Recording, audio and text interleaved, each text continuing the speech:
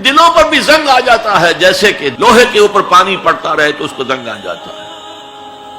پوچھا گیا فما جلاؤہا یا رسول اللہ، اے اللہ کے رسول ہماری تلواروں کو زنگ لگتا، ہم پالش کرتے ہیں، سیکل کرتے ہیں، وہ پھر چمک اٹھتے ہیں. تو دل پر اگر زنگ آ جائے تو اس کا علاج کیا ہے؟ دو چیزیں فرمائی، کثرت و ذکر الموت و تلاوت القرآن. دو کام کرو کثرت سے، موت کو یاد رکھو، یہاں رہنا نہیں ہے، جانا ہے. یہ ہمارا گھر نہیں ہے، یہ ہماری منزل نہیں ہے.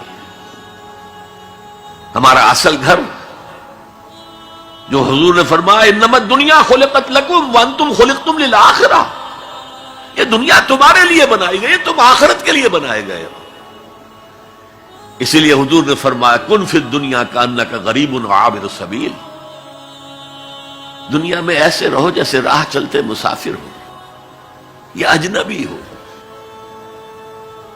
اپنے بارے میں فرمایا مالی ولی دنیا، مجھے تمہاری دنیا سے کیا سروکار، انما مثلی کراکب استظل تحت شجرۃ ثم راح فترکھا. میری مثال اس مسافر کی سی ہے جو ذرا سستانے کے لیے کسی درخت کے سائے میں بیٹھتا ہے تھوڑی دیر. وہ اس کا گھر تو نہیں ہے، اس کی منزل نہیں ہے، پھر وہ اس کو چھوڑتا ہے، اپنا راستہ لیتا ہے. یہ اگر ہمارا تصور قائم ہو جائے، کلا انہا تذکرہ. اب اس کے بعد جو الفاظ آئے ہیں فی صحف مکرمۃ مرفوعۃ مطہرۃ بایدی سفرۃ کرام بررہ، یہ جو قرآن ہے، جو تذکرہ ہے، یہ بڑے ہی انتہائی پاکیزہ صحیفوں میں ہے. فی صحف مکرمۃ، بڑے باعزت، مرفوعۃ مطہرۃ، مرفوع بلند اور انتہائی پاک. بے ایدی سفرۃ، یہ کن کے ہاتھوں میں ہے؟ لکھنے والے وہ فرشتے. بے ایدی سفرۃ کرام بررہ، جو نہایت باعزت ہے، بہت وفادار ہیں اللہ کے. یعنی اصل قرآن کہاں ہے؟ لوح محفوظ میں ہے. اصل قرآن کہاں ہے؟ ابھی اگلی اب جو پڑھیں گے ہم، کتاب مکنون، چھپی ہوئی کتاب کے اندر ہے. اصل قرآن کہاں ہے؟ وَإِنَّهَا لَفِي أُمِّ الْكِتَابِ لَدَيْنَا لَعَلِيٌّ عَظِيمٌ. یہ تو اس ام الکتاب میں جو ہمارے پاس ہے، بہت بلند ہے اور بہت عظمت والا ہے. یہ 6 آیتیں ہو گئی. اب آئیے 8 آیتیں جو آپ نے سنی، بہت خوبصورت قرات تھی ماشاءاللہ. فلا اقسم بمواقع النجوم، یہ لا جب آتا ہے پہلے تو وہ مخاطب کی بات کی نفی کرنے کے لیے، نے اٹ از لائک دیٹ، یہ نفی ہے. لا اقسم بیوم القیامہ، تمہارے خیالات غلط ہیں، میں قیامت کی قسم کھاتا ہوں. تو فرمایا فلا اقسم بمواقع النجوم. وقع یقع کے کیا معنی ہے؟ اور یہ سورت کون سی؟ واقعہ. اذا وقعت الواقعہ، وقع گر جانا، پڑ جانا. یہ ستاروں کے ڈوبنے کی جگہ ہے. فلا اقسم بمواقع النجوم وانه لقسم لو تعلمون عظیم. اور اگر تم جانو تو یہ بہت بڑی قسم ہے جو ہم نے کھائی ہے.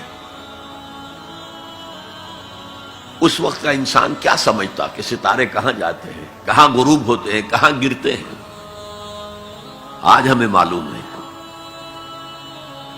سورہ حامیم سجدہ میں جو کہا گیا ہے سنریہم آیاتنا فی الآفاق وفی انفسہم حتی یتبین لہم انہ الحق، ہم انہیں اپنی نشانیاں دکھائیں گے آفاق و انفس میں، یہاں تک کہ یہ بات واضح ہو جائے گی کہ قرآن حق ہے. آج ہمیں معلوم ہے خلا میں بلیک ہولز ہیں،